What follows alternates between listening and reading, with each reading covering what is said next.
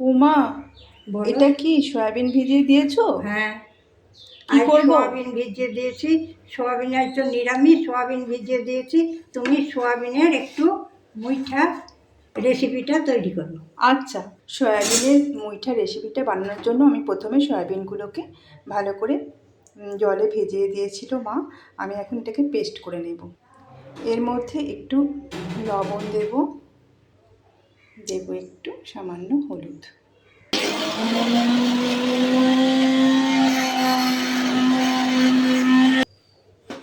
সয়াবিনটা আবার একটু বেটে নিলাম। প্রথমে সয়াবিনটা আমি মিক্সার গ্রাইন্ডারে ভালো করে বেটে নিলাম। বেটে নেওয়ার পর আমি এর সঙ্গে বাকি সয়াবিনটাকেও বেশ ভালো করে এখান থেকে তুলে নিলাম। প্রথমে আমি লবণ দিয়েছিলাম, তাও এখানে আরেকটু পরিমাণ লবণ আমি দিয়ে দিচ্ছি, আর একটু হলুদ দিয়ে দিচ্ছি, একটু দিয়ে দেবো জিরে গুঁড়ো, দিয়ে দিচ্ছি আধ কাপ মতো বেসন, দিয়ে দিচ্ছি লঙ্কা কুচি, দিয়ে দিচ্ছি একটু পরিমাণে পেঁয়াজ কুচি, আর এর মধ্যে আমি দিয়ে দিচ্ছি অল্প পরিমাণে লঙ্কা গুঁড়ো, কারণ আমি কাঁচা লঙ্কা দিয়েছি, আর দিয়ে দিচ্ছি একটু জিরে গুঁড়ো। এটাকে ভালো করে পেস্ট করে নেব। ভালো করে হাতের সাহায্যে আমি মেখে নেব। এখানে আমি ব্যবহার করব একটা সিদ্ধ করা আলু। একটা আলু সিদ্ধ করে রেখেছিলাম, সেটাও কিন্তু আমি এর সাথে ম্যাশ করে দেব। ভালো করে এটাকে আমি মাখব।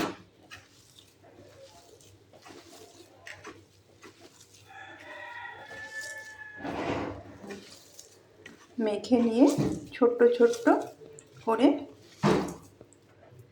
লেচি করে নেব। এবার এরকম করে সাইজ করে নেব। আমি বেশ একটু লম্বাও নয় কিন্তু গোলও নয়, এরকম কয়েকটা সাইজ করে আমি তৈরি করে নেব। হাতের সাহায্যে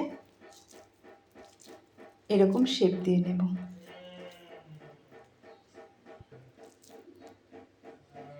সবগুলো এভাবে করে নেব। এটা গোলও করা যায়, আর একটু সাইজে বড়ও করা যায়, যে যেরকম সাইজের ইচ্ছে করে নেওয়া যেতে পারে, করতে পারে। তো এরকম সাইজ করে নেওয়ার পর আমি কিন্তু এগুলোকে ডিপ ফ্রাই করব। প্যানের মধ্যে তেল নিয়ে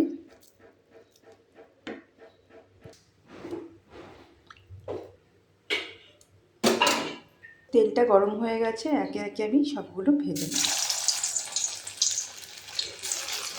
মা কিন্তু এই তরকারিটা খেতে খুব ভালোবাসে, আর আমরা সবাই কিন্তু এটা খেতে খুব ভালোবাসি। তো নিরামিষের দিন এটা করা হয়, আর আজকে সবাই নিরামিষ খাবে না,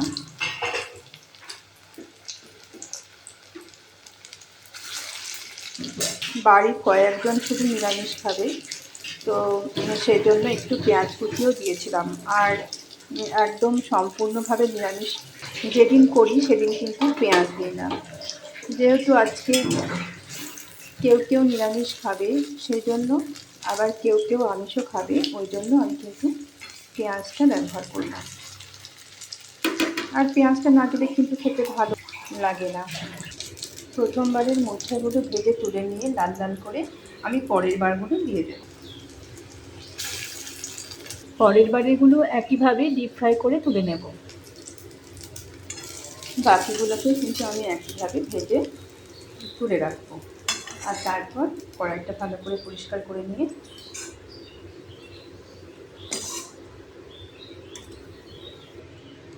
কড়াইয়ের মধ্যে আরও কিছুটা তেল দিয়ে দিলাম, দিয়ে দিচ্ছি একটু পাঁচফোড়ন, এরপর দিয়ে দিচ্ছি পেঁয়াজ। পেঁয়াজটা লাল লাল করে ভাজা হয়ে গেলে এর মধ্যে আগে থেকে সিদ্ধ করে রাখা আলুর টুকরোগুলো দিয়ে দেব। আলু আর পেঁয়াজগুলোকে লাল করে ভেজে নেব, আর তারপর এখানে দিয়ে দেব আদা পেঁয়াজ রসুন বাটা,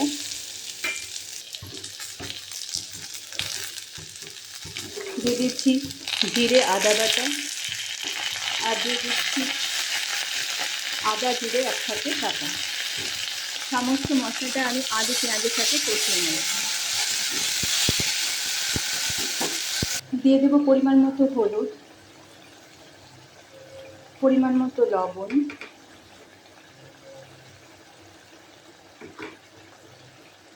ঝালের জন্য দিচ্ছি লঙ্কা গুঁড়ো, যদিও লঙ্কা বাটা আমি দিয়েছি এখানে, তাই লঙ্কা গুঁড়োটা একটু কম পরিমাণে দিলাম। তারপর দিয়ে দিচ্ছি একটু ধনে আর জিরে গুঁড়ো একসাথে।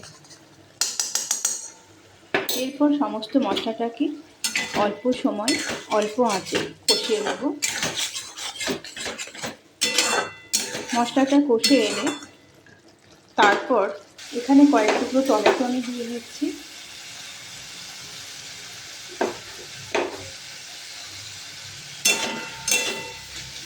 স্বাদটাকে ব্যালেন্স করার জন্য দিয়ে দেব আমি সামান্য পরিমাণে চিনি।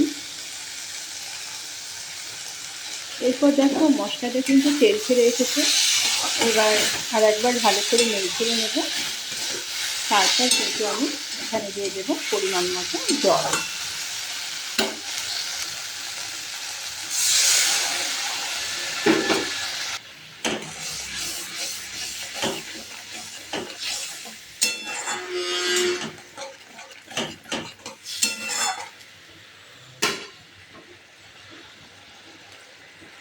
আর একটু পরিমাণ জল দিলাম, কারণ আমি সয়াবিনের মুঠাগুলো দেব। একটু ঝোলটা ফুটে এলে সয়াবিনের মুঠাগুলো দিয়ে দেব। এবারে এক এক করে সয়াবিনের মুঠাগুলো দিয়ে দেব।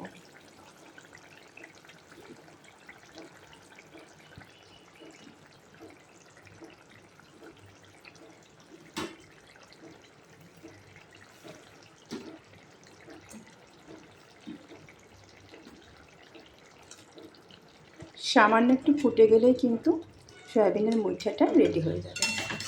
এটা কিন্তু ভাতের সাথে বা রুটির সাথে খেতে কিন্তু দারুণ লাগে।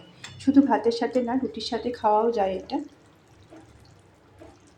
দুই রকমভাবে এটা খাওয়া যায়। ওমা তুমি চলে এসো। ওমা কেমন হয়েছে? দারুণ স্বাদ। তুমি বলেছো সয়াবিনের মুইঠা বানাতে, ভালো হয়েছে?